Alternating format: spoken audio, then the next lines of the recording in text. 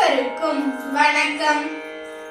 அன்பார்ந்த பெரியோர்களே மற்றும் மாற்றோர் சான்றோர் பெருமக்களே, எங்களை போன்ற குழந்தைகளே, அனைவருக்கும் எங்களது சிரம் தாழ்ந்த பணிவான வணக்கங்கள்.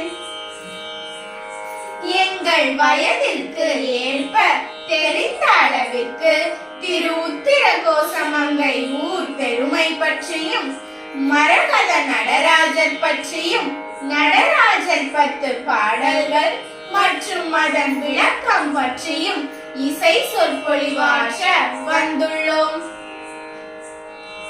முதலில் அம்மையப்பரின் மூத்த மகனான மிகமுதற் கடவுள் விநாயகருக்கான ஒரு பாடல்.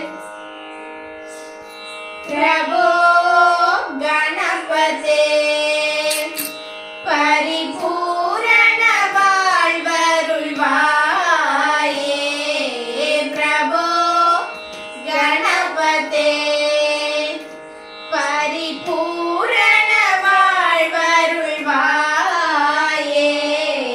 பிரபோ கணபதே. சார்ந்து வணங்கி துதி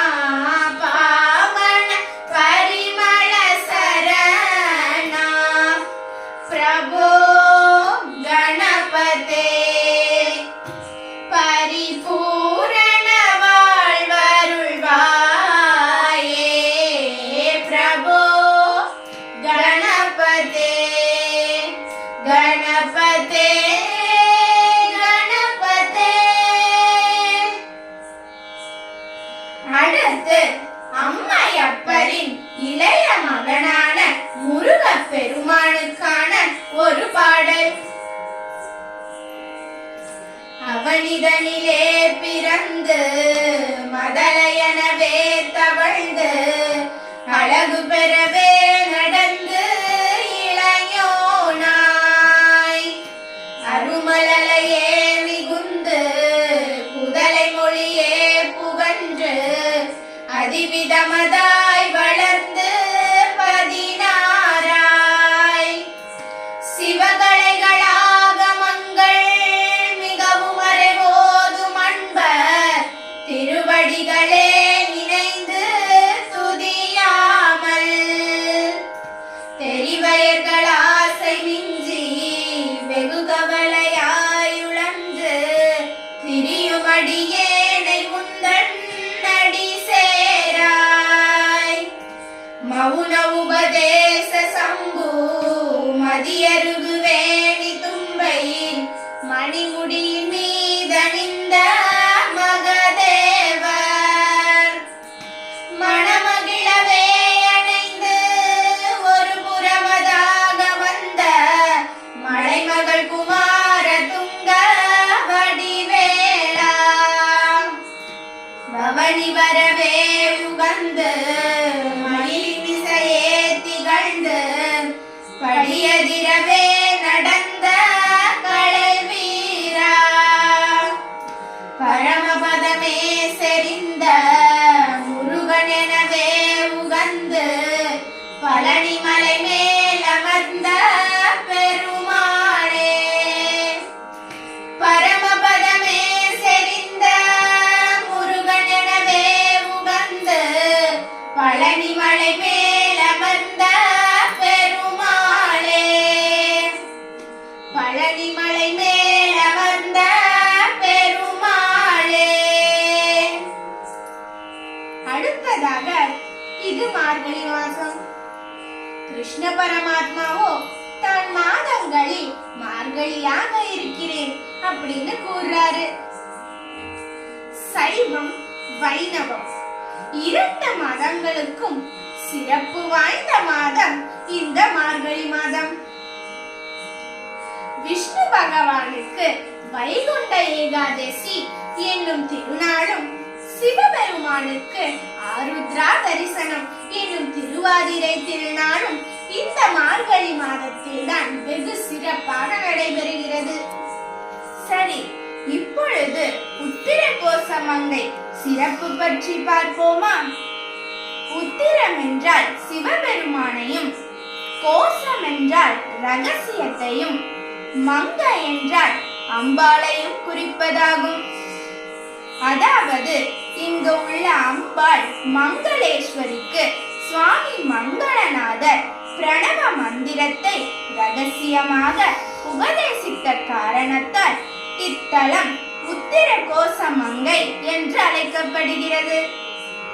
இத்திருத்தலம்